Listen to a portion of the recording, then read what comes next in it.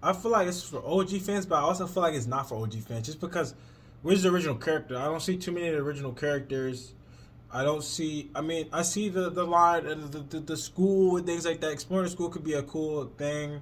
You know, it just kind of seems so far. We're only 3 minutes in, but so far it just seems like something's missing. I don't know. Seems like something's missing.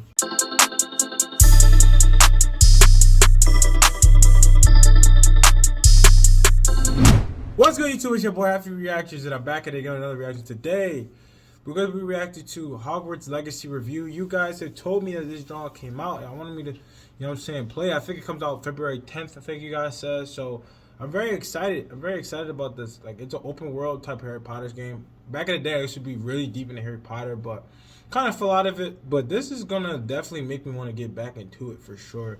Seeing all the professors and things like that. So, hey, man.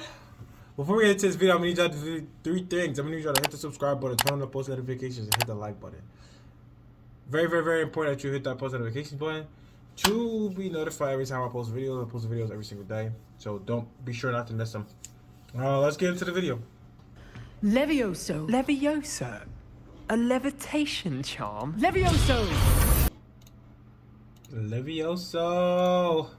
Oh my god! Like many, I've been waiting for a truly excellent Harry Potter game since I was in the 3rd grade. There have been some decent attempts, but none that come close to truly fulfilling the fantasy of receiving your own Hogwarts admission letter. With Hogwarts Legacy, I'm happy to say that... Bros! Oh, I wonder if they're gonna have the game. Oh, what's that game called? Oh, I wonder if they're gonna have that game. With the ball and yo, if they have that, I might have a cop, because that joke's so lit. Magic has finally been captured. Its open world map absolutely nails the vibe of Hogwarts School of Witchcraft and Wizardry. It has spellcasting combat that's stupefyingly good, the characters that inhabit it are charming and unforgettable, and it is positively brimming with countless diversions to soak up dozens of hours of your time. It may not be the most impressive technical achievement, and it is certainly cursed with a lack of enemy variety, but none of Hogwarts Legacy's issues can cast a descendo charm. This shit looks so dope, bro. This don't look so dope On this triumphant visit to the wizarding world. If they don't have that game, they gotta remind me, what's that game called? Yeah, I know exactly what I'm talking about. The broom, the ball, like it's throwing the hoop or something like that. Magic touch. Right in line with most Harry Potter tales before it, Legacy's plot has more holes than a fishnet stocking, and sorta just expects you to accept that its magical world makes no sense. This mystical action-adventure RPG begins with you transferring to Hogwarts as a 5th year for unexplained reasons, to do everything from attending classes to fighting giant spiders. The fantastic character creator has plenty of options for you to craft your ideal witch or wizard, and as soon as you do, they'll immediately become entangled in a conflict between the wizarding world and an evil goblin. On top of that, because being in a secret society of wizards is apparently not exciting enough, you soon discover that you've got some freaky supercharged magical abilities that allow you to do extra cool stuff that also isn't really explained. If you're like me, you'll roll your eyes while 100 years worth of dead characters lecture you from paintings about the important history and how you have to save the world or whatever. But once that's over with, Legacy mostly redeems itself with a fantastic cast of non-painting characters that help boil things down into a not-too-convoluted good guys versus bad guys conflict that ends up being a largely enjoyable tale. I am afraid it is too late to study now. You'll spend most of your time with the classmates who befriend you on campus, accompany... Bro, where's Ron? Hold on, y'all. Where's Ron? Where's Hermione? Where are they at? You on certain quests and help you hone your abilities as a magic user. Most are memorable and instantly endearing, like Sebastian, the cocky and morally pliable Slytherin, Good for getting places you're not supposed to be. or Notsai, the clever and unflappable Gryffindor. So what did they just do? Like, what did they not get the rights to the... I mean, they got Hogwarts Legacy, but it doesn't say Harry Potter. It doesn't say Harry Potter. So... is it like where's Ron? Where's Hermione? Where's all the OGs at? I had it all under control. Spending time with them and improving my social links through the relationship quest lines made my stay at Hogwarts all the more enjoyable. I Unexpected. feel like this is for I feel like it's for OG fans, but I also feel like it's not for OG fans. Just because where's the original character? I don't see too many of the original characters. I see the line and the school and things like that. Exploring the school could be a cool thing.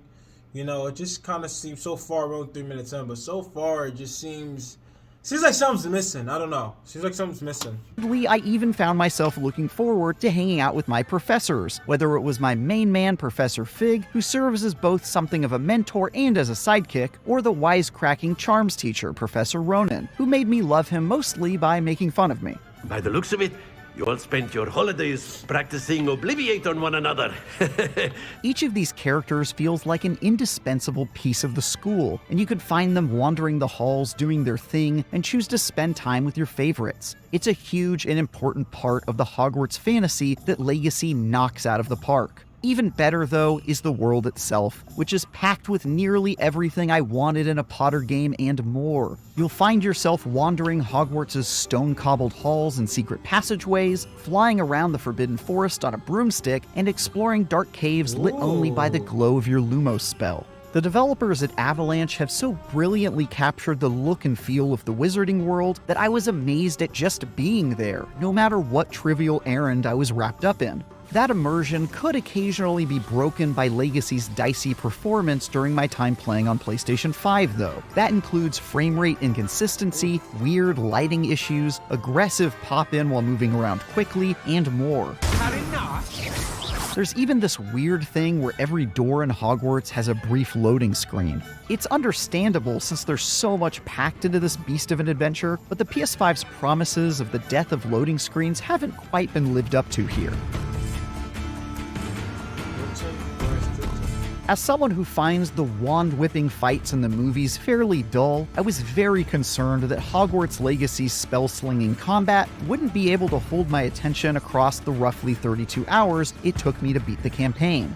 But I can admit when I'm wrong. The combat is fantastic, challenging, looks really clean. It looks really minus the frame rate stuff, minus the frame rate latency issues and things like that.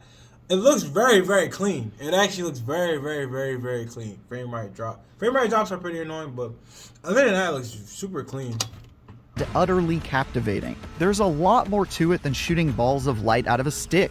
Instead, the trick is in dodging and countering enemy attacks while pulling off creative combos.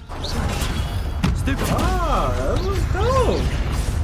For example, you can pull enemies toward you with Accio, light them on fire with the close-range Incendio, then blow them away with the explosive Bombarda spell. Chaining together abilities to make your opponents look like complete fools never stops being amusing, especially as you unlock talent tree perks that enhance your skills with modifiers that make your elemental spells fork to nearby enemies or transform into AoE attacks. When I first saw it, I thought it was going to be more like a Souls game. No, I see it's definitely not. It doesn't look like a Souls game at all. Me personally, I could be wrong about it. This is all I'm getting, but it doesn't really quite look like a Souls game.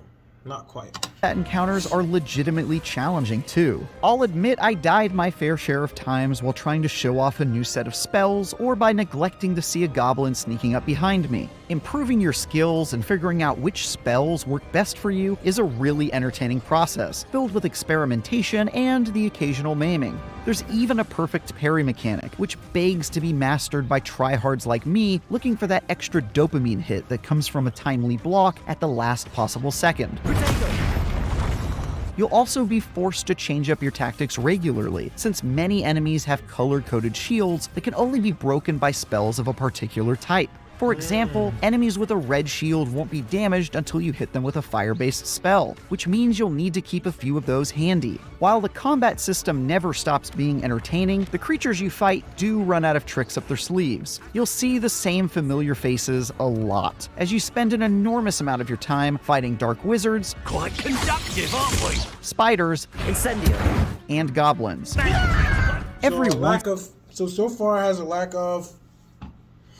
So far has a lack of enemies. Interesting. That's very interesting because it could get very boring. Like killing the same thing, having the same things. I know I'm a fellow Souls player. I played Lords of the Fallen, And so far, it seems as though like, I'm gonna be honest. It seems as though like they kind of ran out of enemies, and it kind of got boring towards the end of the game. I actually finished it, but however, I did finish it, but it still was quite annoying.